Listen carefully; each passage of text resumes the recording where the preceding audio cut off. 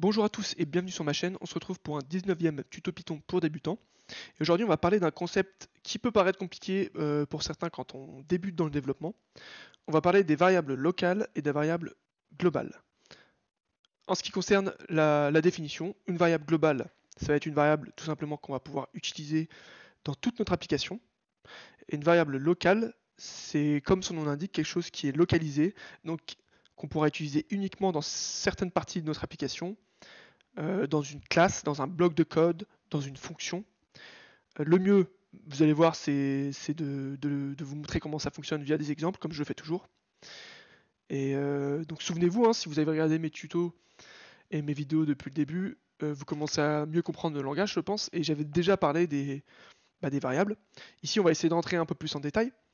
Donc on va créer deux variables pour commencer. Une variable chien, on va lui attribuer une valeur qui sera un string et qui sera labrador. Une variable âge, on va lui attribuer la valeur de 10, qui sera un integer. Hop, on va créer une fonction. Donc quand on veut créer une fonction, on utilise le mot-clé def. On vient lui donner le nom qu'on désire. Donc ici, on va créer une fonction qui donnera l'âge du chien. On va l'appeler tel mi âge, comme ça. On ouvre les parenthèses, on rentre un paramètre qui sera x ici, peu importe. Entrée, indentation, et là on vient créer une variable.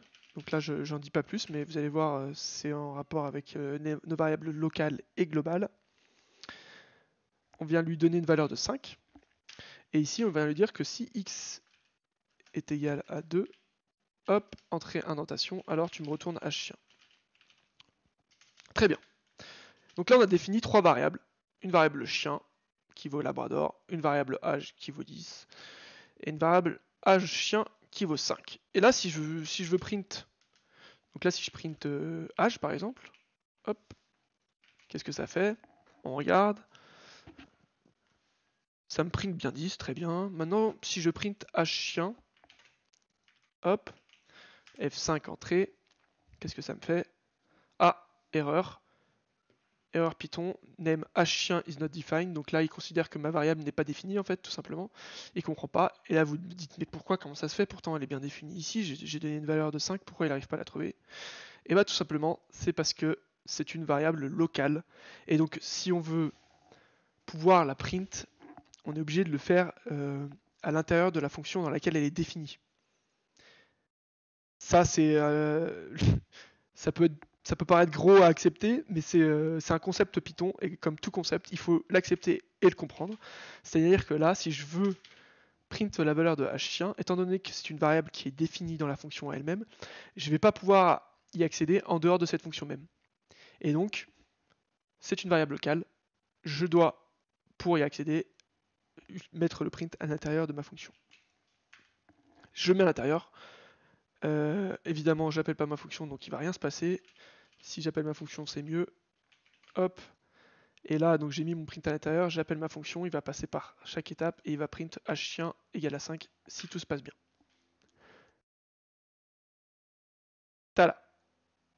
Donc il nous print bien la valeur qu'on désirait. Donc c'est ici qu'on parle de variables locales et de variables globales. Ici, la variable h-chien, je me répète, mais la variable h-chien est une valeur locale de la fonction telméage, ce qui veut dire que la seule chose qui peut avoir accès à cette variable et qui peut la modifier et l'utiliser, c'est la fonction telméage. Maintenant, si je définis une nouvelle fonction, et que j'appelle nouvelle fonction, je me prends pas la tête, hop, je mets pas de paramètres, je viens juste là récupérer, donc je vais attribuer une valeur, je vais récupérer ma variable h-chien et je viens de lui attribuer une nouvelle valeur, hop, et je viens de lui dire print h-chien. Voilà. À votre avis, si je fais un appel à cette nouvelle fonction, qu'est-ce qu'il va me print? Est-ce qu'il va me print 5 ou est-ce qu'il va me print 2? Je vous pose cette question, même si ça peut paraître simple pour certains, parce que ça permet en fait de comprendre le concept de variable locale et variable globale. Là, si je fais un F5 entrée, vous allez voir, il va me print 2. Ce qui veut dire qu'en fait, quand je fais je fais l'appel à la fonction nouvelle fonction, il rentre dans cette fonction-là et il va regarder la variable locale de la fonction appelée. Et c'est la même chose, ça va être la même chose si je crée une nouvelle variable à l'extérieur des fonctions. Si par exemple là je prends cette variable là, je la mets ici, à l'extérieur, et je vais lui dire 25, dans tous les cas, il va regarder, quand je fais mon appel à la fonction, il va regarder la variable locale de cette fonction-là qui sera à l'intérieur. Donc là, si je refais un F5, entrée, je vais avoir le même résultat que précédemment. Et c'est parce qu'en fait, les fonctions ici peuvent voir les variables qui sont à l'extérieur, ok. Mais s'il y a une variable qui est définie, qui est déjà définie dans cette fonction-là, alors il va utiliser celle qui est à l'intérieur. Vous allez voir, il me reprint 2 dans tous les cas. Donc je peux comprendre que ça peut être un peu flou. Et je voudrais vous montrer des exemples, différents exemples, pour que vous essayiez de mieux comprendre et pour essayer de défaire les nœuds finalement. Donc on a des variables locales qui sont des variables définies à l'intérieur de fonctions. Et on va appeler une variable globale des variables qu'on va pouvoir utiliser à n'importe quel endroit du programme. Chien, âge ici et même âge chien sont des variables globales. Sont considérées comme des variables globales. Si à l'intérieur de ma fonction telmiage, je viens rajouter un print d'une variable globale, donc là, je vais enlever ça, hop, donc je vais dire print-moi âge, et je fais un appel à ma fonction telmiage, hop, donc je fais un appel à ma fonction, on va pouvoir récupérer la valeur de chien, et c'est parce qu'en fait cette variable n'est pas définie à l'intérieur d'une fonction ou à l'intérieur d'une classe. On parlera d'ailleurs de classes et des objets dans la prochaine vidéo. Donc vous inquiétez pas à propos de ça pour l'instant. Donc là il me dit mais sinon, ah oui, j'ai oublié de lui donner un paramètre. Donc je lui mets 2. Donc là je vais pouvoir récupérer la valeur de âge 10. Parce que je ne l'ai pas modifié à l'intérieur de ma fonction et du coup il peut voir à l'extérieur et c'est une variable globale donc il voit que c'est 10 normalement.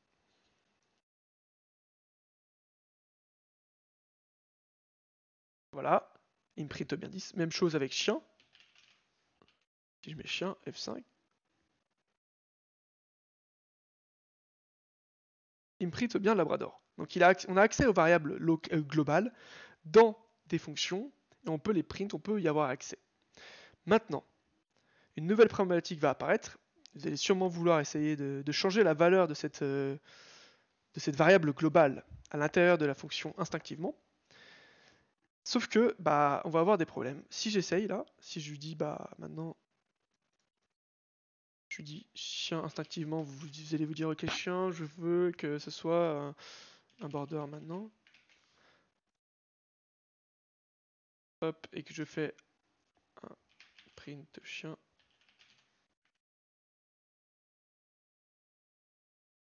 Ou plutôt, hop, ici, que j'appelle ma fonction et ensuite je fais un print chien. Donc en fait là, j'appelle ma fonction telmiage, je viens lui dire, ok, chien maintenant c'est border.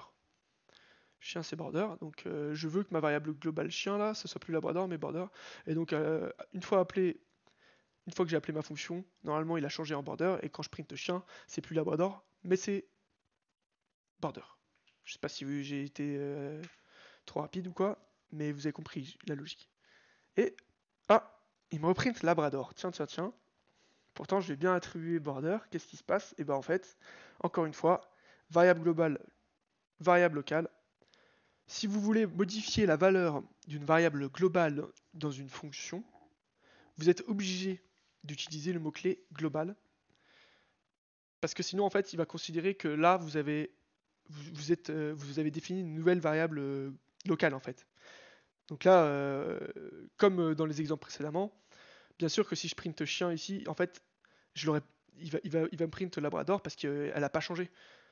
Ici, ça l'a changé localement dans ma fonction, mais globalement, elle n'a pas changé. Parce que il recrée une variable localement. Si je fais un print ici de chien, il va bien me print border. Parce que localement, dans ma fonction en elle-même, chien, ça vaut border. Mais ma fonction qui est présente partout dans l'application, qui est chien, qui porte le même nom, hein, elle est restée à Labrador. Donc là, si je fais un F5, je vais avoir normalement les deux, border et Labrador. border pour le premier appel à la fonction tellMeAge, qui est un print chien et qui est bien border localement. Et ensuite, print chien, la variable globale, qui elle n'a pas changé. Et si vous voulez modifier une variable globale, il va falloir utiliser le mot-clé global, tout simplement, de la façon suivante. Hop, pareil, un concept qu'il faut comprendre et retenir. Global chien. Et là, une fois que j'ai utilisé le mot-clé global, je peux lui attribuer une valeur et ce sera enregistré. Les modifications vont être appliquées à la variable globale. Donc là, je lui dis que c'est border, maintenant. J'enlève le print, il ne me sert plus à rien. Et là, vous allez voir, comme par magie, j'aurais bien modifié ma variable et ce sera bien border à la place de Labrador. Bam, magie. Donc je peux comprendre que ça peut être compliqué à première vue. Je vous invite à essayer des choses de votre côté pour mieux comprendre. Et si vous avez des questions, vous me les posez en commentaire, je pourrai y répondre. Il n'y a pas de souci pour ça. Et donc pour résumer, à l'intérieur de fonctions, on vient utiliser des variables locales. Pour pouvoir modifier la valeur d'une variable globale à l'intérieur d'une fonction, on va devoir donc utiliser le mot-clé global, comme je l'ai montré précédemment. Et il faut vraiment comprendre ce concept de variables qu'on utilise à l'intérieur d'une fonction et de variables qui sont définies dans toute l'application. Et c'est deux choses différentes et il faut prendre le pli dans la manipulation, comprendre que c'est une variable globale et donc si je veux la modifier dans une fonction, il faut que j'utilise le mot-clé global. Voilà. J'espère que ça a été clair pour vous. N'hésitez pas à poser vos questions en commentaire et on se retrouve dans la prochaine vidéo.